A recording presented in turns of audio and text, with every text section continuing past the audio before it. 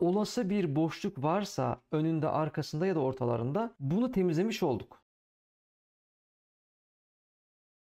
Düşey ara formülünü anlattık. Düşey ara işleme başlamadan önce bazı kurallarımız var. Bu kurallardan bahsetmek istiyorum. Bu kuralları yazmazsak verilerde birebir eşleşme olmayacağı için ve denetimi de yok. Yani Excel burada bir hataya karşılaştım deme durumu da olmadığı için her zaman yanlış rapor çıkma ihtimali, yanlış bütçe, yanlış operasyonel işlem gibi riskler taşıyor. O yüzden burada hazırladığım bir kurallar bütünü var. Bunlardan bahsetmek istiyorum. Aranan değer her zaman ilk kolonda olmalıydı. Zaten şu örneğimizde bunu anlatmıştım. Elimizde iki tablo var. Bir sonraki konumuzda yapacağımız. Bir operasyon tablosu var, bir personel tablosu var. Bu personelde kişileri buraya almak istiyorum. Bu durumda arayacağım değer neyle eşleşecek? Buradaki sicille, buradaki sicili eşleştireceğiz ve ona göre değerini çıkartacağız. Ama öncesinde kurallarımızı bir göz atalım. Her zaman ilk kolonda mı? Eğer değilse, sağdaysa en sola alacağız. Yani en başa alacağız. Veri tiplerine dikkat etmeliyiz. Burada metin mesela sayısal veri tipi ve burada sayısal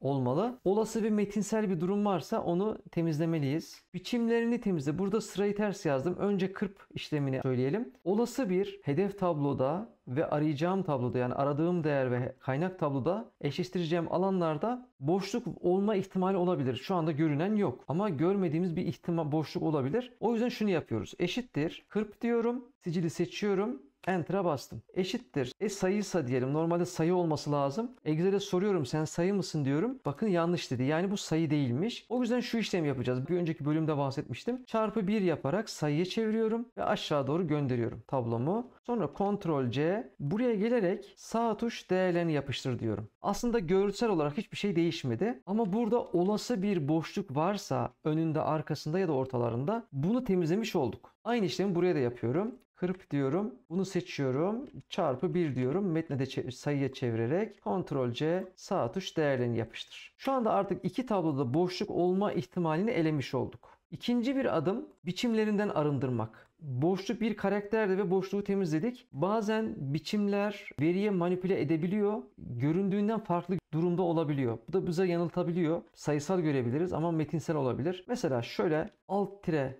olduğunu varsayalım ortada ve biçimlerini temizleyelim. Geldim tabloya. Burada da biçimleri temizleyi nereden yapıyoruz? Giriş sekmesinden biçimlerinden temizle. Sayısal veri olduğu zaman varsayılan olarak her zaman sağa yaslar. Ama metinse varsayılan olarak sola yaslayacaktır. Burada biçimlerini temizlediğimde sayısal mı metinsel mi gözle takip ederek ayrımını yapabiliriz. Burada hemen mesela bunun metinsel bir değer olduğunu ve düzeltilmesi gereken bir durum olduğunu anlarız. Aynısını buraya için de yapıyoruz. Biçimlerini arındır diyoruz. Geri alalım. Sonraki konuda işleyeceğiz. Ve buradaki düşey ara kullanmadan önce yapılması gereken işlemleri artık yapmış olduk. Şu anda düşey araya başlayabiliriz. Bir sonraki konuda görüşmek üzere.